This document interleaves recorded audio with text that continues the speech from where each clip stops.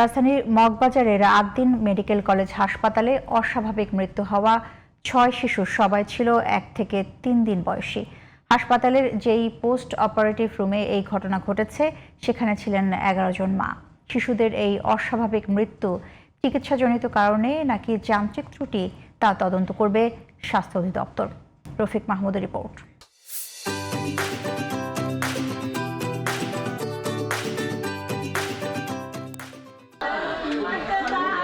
কলিজার টুকরা নবজাতকদের হারিয়ে এভাবেই বিলাপ করছেন স্বজনরা। তাদের আহাজারিতে ভারী রাজধানীর মগবাজারের আদ্দিন হাসপাতালের পরিবেশ।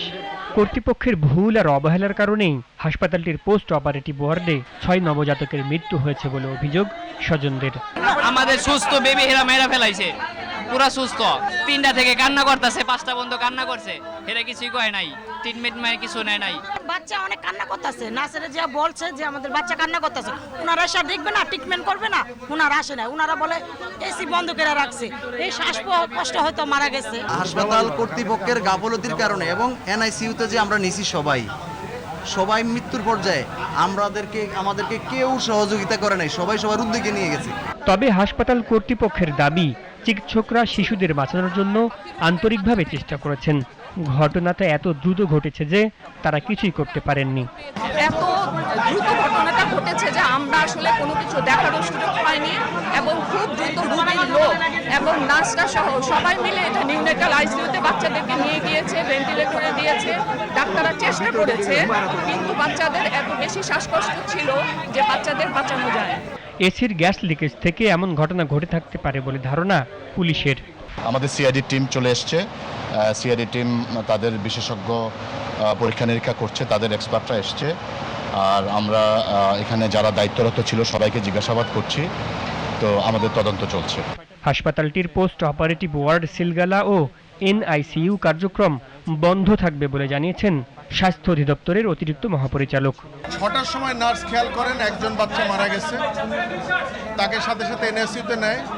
সাবসিকুয়েন্টলি বাচ্চাগুলো খারাপ হতে থাকে, পরবর্তীতে সব বাচ্চাগুলোকেই এনআইসিইউতে নেওয়া হয় এবং দুঃখজনকভাবে এনআইসিইউতে তাদের মৃত্যু হয়। ৬টা বাচ্চা, ৬ জন বাচ্চার সাডেন মৃত্যু, এটা চিকিৎসাজনিত কোনো জটিলতায় আমাদের মনে হয় না। মানে পরপর ৬ জন বাচ্চা একই সাথে মারা যাবে, এখানে কোনো একটা টেকনিক্যাল ফল্টের কারণে এই ঘটনাটা ঘটছে বলে আমরা মনে করি। হাসপাতাল কর্তৃপক্ষের সাথে আলোচনা শেষে ৩ সদস্যের তদন্ত কমিটি গঠন করেছে স্বাস্থ্য অধিদপ্তর।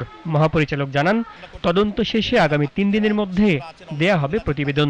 ওইখানের যে পরিবেশ একটি সাফোকেটিভ পরিবেশের মতো আমরা পেয়েছি, যে ওখানে আসলে এসি এমনভাবে ছিল যে এসিটি বন্ধ করলে ওখানে আর কোনো ভেন্টিলেশনের কোনো ব্যবস্থা নেই। অধিকতর গুরুত্ব দিয়ে ইতিমধ্যে এই যে ব্যবস্থাপনার কোনো ত্রুটি আছে কিনা এবং এই মৃত্যুর কি কারণ, এটিকে সঠিকভাবে নির্ণয় করার জন্যে ইতিমধ্যে মাননীয় মন্ত্রী স্বাস্থ্য পরিবার কল্যাণ মন্ত্রণালয় ওনার নির্দেশক্রমে একটি উচ্চপদস্থ একটি ইনকোয়ারি কমিটি ইতিমধ্যেই আমরা গঠন করেছি। তদন্তে কোনো ধরনের অবহেলার প্রমাণ পেলে দোষীদের বিরুদ্ধে ব্যবস্থা নেওয়া হবে বলেও জানিয়েছেন তিনি। Rafiq Mahmud, GTV news, Dhaka.